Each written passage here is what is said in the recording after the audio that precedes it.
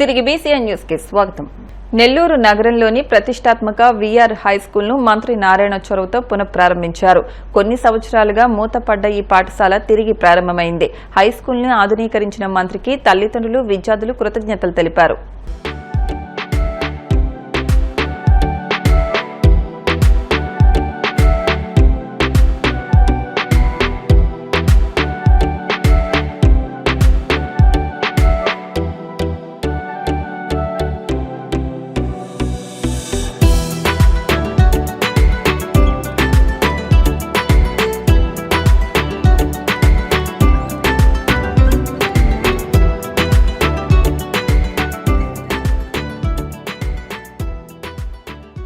నెల్లూరులోని VR high school ఏదైతే ఉందో దాని ఈరోజు పిల్లలకి క్లాసులు స్టార్ట్ చేశారు. నర్సరీ నుంచి 5వ తరగతి వరకు క్లాసులు ఈరోజు స్టార్ట్ చేశారు. ఎల్లుండి 6th క్లాస్ నుంచి 9th క్లాస్ వరకు, అంటే ఒకే రోజు అయితే అటు పేరెంట్స్ అందరూ వస్తుంటారు కాబట్టి 2 దఫాలుగా స్టార్ట్ చేయాలనుకుని స్టార్ట్ చేయడం జరిగింది.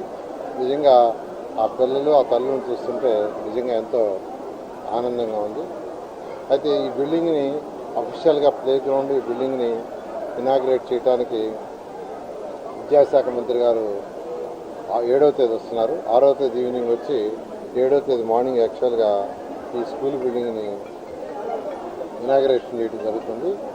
నిజంగా ఈ స్కూల్ని ఇంత చక్కగా తీర్చిదిద్దిన అటు నారాయణ గ్రూప్ మా పిల్లలకి మరియు ఆ ఎన్సీసీ గ్రూప్ వాళ్ళకి నేను ప్రత్యేకంగా అభినందిస్తున్నాను. ఈ విషయంలో నెల్లూరు జాయింట్ కలెక్టర్ గారు వారే యాక్చువల్గా ఈ క్యాంపస్ ఇన్ఛార్జి, అటు డిఈఓ, ఈఓ, ఎంఈఓ అందరూ చాలా సహకరించారు. మున్సిపల్ కమిషనర్ గారు, ప్రజాప్రతినిధులు కూడా చాలా చాలా చాలా చక్కగా తీర్చిదిద్దారు. నిజంగా ఐఎమ్ రియల్లీ హ్యాపీ. ఏదైతే నేను జూన్లో ఇక్కడికి వస్తే భయంకరంగా ఇదంతా ముళ్ళ పొదలు మీరు కూడా వచ్చారు, మీ టీవీలో బంధించున్నారు. సార్ ముందుకు పోవద్దు, పవన్ ఉంటాయి అన్నారు. పవన్ ఉంటాయి సార్, పోవద్దు అన్నారు. అటువంటి పరిస్థితి నుంచి ఈరోజు చక్కగా ఒక మంచి ఎన్విరాన్మెంట్ చక్కగా ఉంది. నిజంగా ఎంతో సాటిస్ఫాక్షన్ ఉంది. అయితే ఇది కన్స్ట్రక్షన్ చేసేటప్పుడు నెల్లూరులో పుట్టి పెరిగిన అనేక మందిని నేను ఇన్వైట్ చేయడం మొదలుపెట్టాను. ఒకరు సుధాకర్ రెడ్డి, డిఎస్ఆర్ కన్స్ట్రక్షన్స్. ఆయనకి రాగానే నేను కూడా ఒక స్కూల్ చేస్తాను అన్నాడు. ఆయన కూడా ఈరోజు బెంగళూరు, హైదరాబాద్లో చాలా చక్కగా బిల్డింగ్స్ కడుతున్నారు. డెవలపరు ఆయన యాక్చువల్గా ఆనందపడి చేసి ఇప్పుడు ఆయన వచ్చాడు. మళ్ళా ఆయన మూలాపేట గర్ల్స్ హై స్కూల్ తీసుకున్నాడు. నిజంగా నాకు ఎంతో ఆనందం ఉంది. ఎందుకంటే ఒక స్కూలు మోడల్గా చేస్తే ఈరోజు దీన్ని చూసి ఆయన ఇప్పుడే వచ్చాడు. సార్ అంతకుముందు వచ్చాను సార్ 10 రోజుల క్రితం, మళ్ళీ ఇవాళ వస్తే మొత్తం రూపురేఖలన్నీ మారిపోయినాయి సార్, ఎలా చేశారన్నారు. ఆయన కూడా ఇప్పుడు యాక్చువల్లీ ఇది అయిపోగానే మూలాపేట గర్ల్స్ హై స్కూల్కి పోతున్నాం. ఆయన కూడా వాళ్ళ యొక్క ఎవరైతే ఉండారో వాళ్ళ అధికారులకి, వాళ్ళ యొక్క ఎంప్లాయీస్కి ఇన్స్ట్రక్షన్ ఇస్తున్నారు. అక్కడ కూడా దీనికంటే బాగా చేయమని నిజంగా ఆనందం. అదేవిధంగా వేమిరెడ్డి ప్రభాకర్ రెడ్డి గారు కూడా ఒకరోజు పిలిచాను.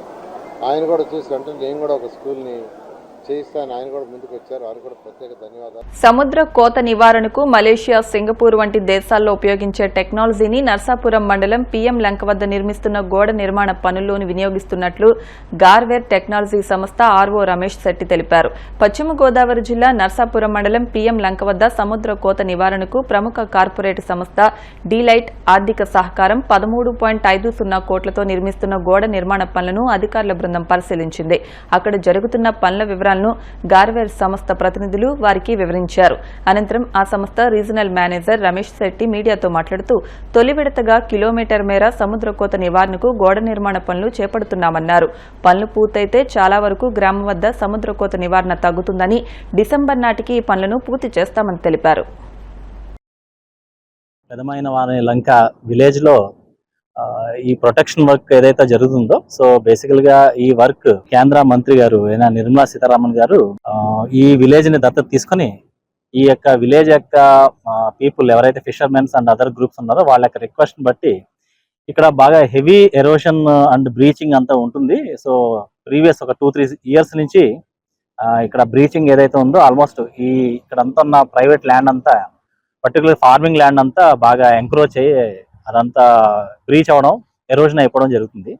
సో ఈ ప్రాసెస్లో సీతారామన్ గారు, నిర్మలా సీతారామన్ గారు ఇక్కడ ఏదైతే అడాప్షన్ తీసుకున్నప్పుడు ఈ విలేజ్ని, సో వాళ్ళ యొక్క వెల్ఫేర్ కోసం ఈ ఎంటైర్ కోస్ట్ని ప్రొటెక్షన్ చేయాలని డెసిషన్ తీసుకుని మరి వారి యొక్క అమూల్యమైన ప్రయత్నం బట్టి డెలాయిట్ టొమాసో అనే కంపెనీ మరి ఇక్కడ ఈ వర్క్ని సిఎస్ఆర్ ఫండ్స్ ద్వారా యాక్టివిటీ ప్రాజెక్ట్ని ఇనిషియేట్ చేయడం, దాంట్లో ఐఐటి మద్రాస్ కన్సల్టెంట్గా ఉండి ఐఐటి కూడా ఇన్వాల్వ్ అయ్యి మరి డెలాయిట్ టొమాసో ఈ యొక్క ప్రాజెక్ట్ని టేకప్ చేసిందండి. సో డెలాయిట్ టొమాసో ఈ ప్రాజెక్ట్ కోసం మరి Garware technical fibres limited Pune base company, so వారికి ప్రిన్సిపల్ కాంట్రాక్టర్గా అవకాశం ఇచ్చింది. సో నేను ఆ కంపెనీలో ఒక రీజనల్ మేనేజర్ లెవెల్లో ఉన్నాను. My name is Ramesh Chetti. So ఈ ప్రాజెక్ట్ని మేము లాస్ట్ డిసెంబర్లో టేకప్ చేసాము. After then there is a certain encroachment and land clearance ఇవన్నీ అయిన తర్వాత సో ఈ ఒక 1 month నుంచి ప్రాజెక్ట్ గ్రౌండింగ్ అయింది. ఈ ప్రాజెక్ట్ మెయిన్ ఏంటంటే it is A anti erosion embankment construction. So once ఈ ఎంటైర్ అప్రోచ్ ఒక 1 kilometer లెంగ్త్కి ప్లాన్ చేశారు. ఇది height of average bed level నుంచి 2.5 అంటే ఎంటైర్ బిలో ఫౌండేషన్ చూస్తే ఒక 3.5 meter వస్తుంది. సో ఇది combination of rope gabions and geotextile tubes and geo bags అని geosynthetic application. So it is a alternative solution for sea wall అన్నమాట. So ఇది మీకు ఫ్లెక్సిబుల్గా ఉంటుంది and fast construction and also environmental ఎకలాజికల్కి ఫ్రెండ్లీగా ఉంటుంది. సో ప్రీవియస్ ఈ టైప్ ఆఫ్ వర్క్స్ని యాక్చువల్గా ఏషియన్ కంట్రీస్, మలేషియా అట్లానే మన ఇండియాలో పాన్ ఇండియాలో కూడా కొన్ని ఏరియాస్లో చేశారండి. So this is a very successful soft solution. కూటమి ప్రభుత్వం ఏర్పడి ఏడాది పూర్తయిన సందర్భంగా టీడీపీ తాడేపల్లిగూడెం నియోజకవర్గ ఇన్ఛార్జ్ వలవల బాబ్జీ ఆధ్వర్యంలో ప్రగతి పదంలో తొలి అడుగు అనే కార్యక్రమం నిర్వహించారు. ఈ సందర్భంగా ఆయన మాట్లాడుతూ మేనిఫెస్టోలో ఇచ్చిన హామీలను ప్రభుత్వం ఒక్కొక్కటి నెరవేర్చుకుంటూ వస్తుందని, వాటిని ప్రజల దృష్టికి తీసుకెళ్లి వారికి అందుతున్న పథకాల గురించి వివరించాలన్నారు. ఈ కార్యక్రమంలో పట్టణ అధ్యక్షుడు పట్నాల రాంపండు, పెంటపాడు మండల అధ్యక్షుడు కిలపత్తి వెంకట్రావు, రూరల్ మండల అధ్యక్షుడు రవికుమార్ తదితరులు పాల్గొన్నారు.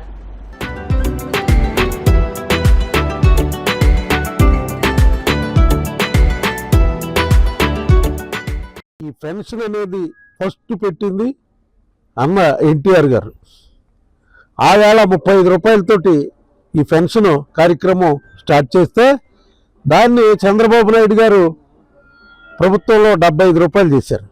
మళ్ళీ రాజశేఖర రెడ్డి గారు వచ్చినప్పుడు దాన్ని 200 చేస్తే చంద్రబాబు నాయుడు గారు అధికారంలోకి వచ్చిన తర్వాత మళ్ళీ 1000 రూపాయలు చేశారు. 1000 రూపాయలని మళ్ళీ 2000 కూడా ఆయనే చేశారు. మళ్ళీ మేము వస్తే 3000 చేస్తానని చెప్పడం జరిగింది. తదుపరి ప్రభుత్వం జగన్మోహన్ రెడ్డి గారి ప్రభుత్వం వచ్చిన తర్వాత 5 సంవత్సరాల్లో 250 చొప్పున 5 సార్లు పెంచుకుని మరి 3000కి తీసుకురావడం జరిగింది.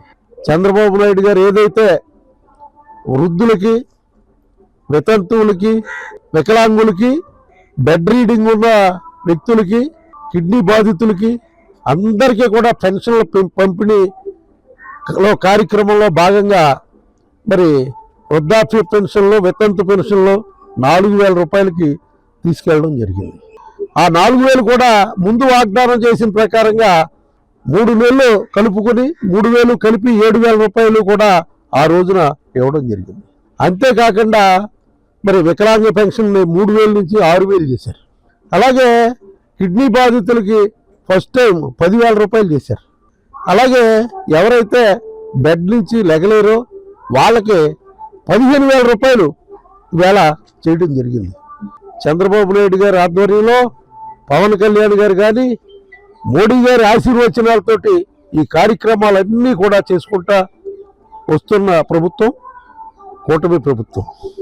గతంలో అయితే జగన్మోహన్ రెడ్డి చేసిన పనులు ఏంటంటే ఈ పథకాలు వేయడం ఒకటే కానీ రాష్ట్రం ఏ రకంగా అభివృద్ధి చెందకపోయినా గాలికి వదిలేసిన పరిస్థితి.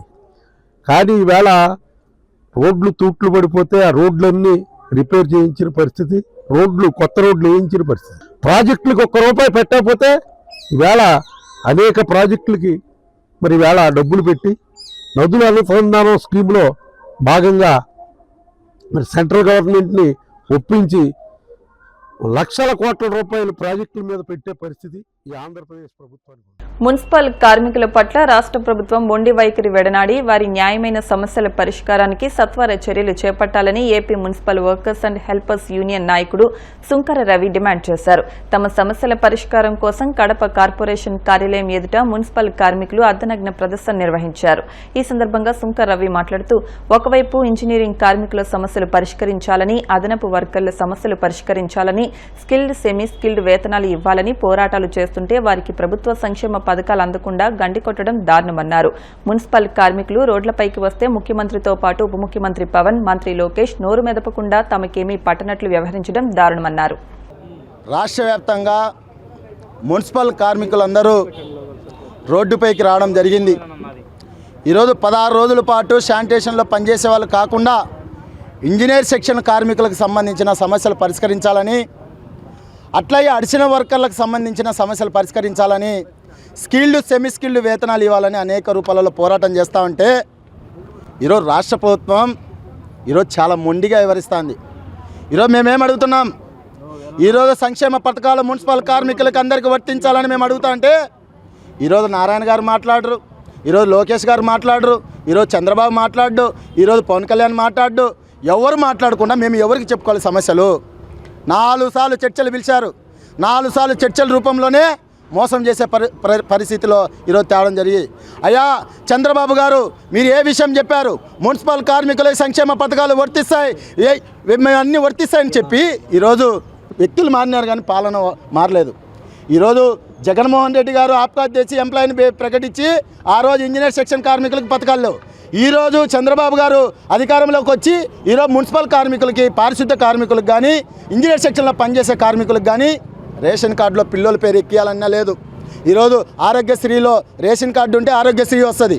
అలాగే మన పిల్లలకు సంబంధించిన గవర్నమెంట్కి సంబంధించిన స్కూల్ బెస్ట్ వెల్ స్కూల్ వస్తే వాళ్ళకి సంబంధించిన కానీ ఆ స్కూళ్ళల్లో ఆధార్ కొట్టే ఎంప్లాయీ వస్తుంది. మాకేమి ₹1,00,000 ఇస్తున్నావా, 50,000 ఇస్తున్నావా, ఎంత ఇస్తున్నాం? ముష్టిగా మాకు ఇచ్చేది 21,000. దాంట్లో ESIPF కట్ చేసి ఈరోజు మాకు ఇచ్చేది 18,000. ఈరోజు అడిషనల్ వర్కర్లు ఉన్నారు. ఈరోజు ఇంజనీర్ సెక్షన్ కార్మికులు 13,500, 13,000. ఈరోజు 13,000తో ఎట్లా బతుకుతారు? మీ పేపర్కి అయినా ఖర్చు కానీ మాకు కాదు. ఈరోజు నీ భార్య బిడ్డలు అందరూ లక్షణంగా ఉండాలి. 60 ఏళ్ళు పూర్తి పక్కన పెట్టేసావు. నీకైతే రాజకీయంలో 60 ఏళ్ళు కాదు 75 ఏళ్ళైనా వారసత్వంగా పెంచుకుంటావే. మేమేం పాపం చేశాం? పారిశుద్ధ కార్మికులు కానీ, ఇంజనీర్ సెక్షన్ కార్మికులు కానీ మీరు తక్షణమే సంక్షేమ పథకాలు వర్తించుకుంటే ఈ నెల 4వ తేదీ పెద్ద ఎత్తున ఇప్పటికే విజయవాడలో పెద్ద ఎత్తున వేలాది మంది సమ్మెలో బాట పట్టినారు. మేము కానీ చలో ఈ నెల 3వ తేదీ చలో విజయవాడ పోతున్నాం, 4వ తేదీ సీఎం క్యాంప్ ఆఫీస్ ముట్టడిచ్చేదానికి పెద్ద ఎత్తున పోతున్నామని CITగా తెలియజేస్తున్నాం. వార్తలు ముగించే ముందు ముఖ్యాంశాలు మరొకసారి. సీఎం కారులో 2 కిలోమీటర్లు ప్రయాణం చేసిన చర్మకారుడు సనమండ్ర పోసిబాబు. ఆయన యోగక్షేమాలు, జీవన స్థితిగతులపై చంద్రబాబు ఆరా.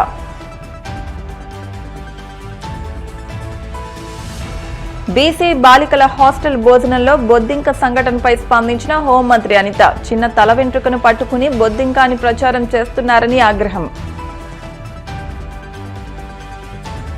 బాపట్ల మండల పరిధిలో నల్లబర్లి పొగాకు కొనుగోలు కేంద్రాన్ని ప్రారంభించిన మంత్రులు గొట్టిపాటి రవి, పాదసారథి. రైతులకు గిట్టుబాటు ధర కల్పించి కొనుగోలు చేస్తామని స్పష్టం. సింహాచలం గిరి ప్రదక్షిణ ఏర్పాట్లను పరిశీలించిన కలెక్టర్ హరీందర్ ప్రసాద్. వివిధ ప్రాంతాలను సందర్శించిన చేపట్టాల్సిన పనులపై అధికారులకు దిశానిర్దేశం. ఈ వార్తలు ఇంతటితో సమాప్తం. మరిన్ని వార్తల కోసం BCN digital YouTube channel, Facebook page ను ఫాలో అవ్వండి. అప్డేట్ వార్తల కోసం ప్లీజ్ సబ్స్క్రైబ్.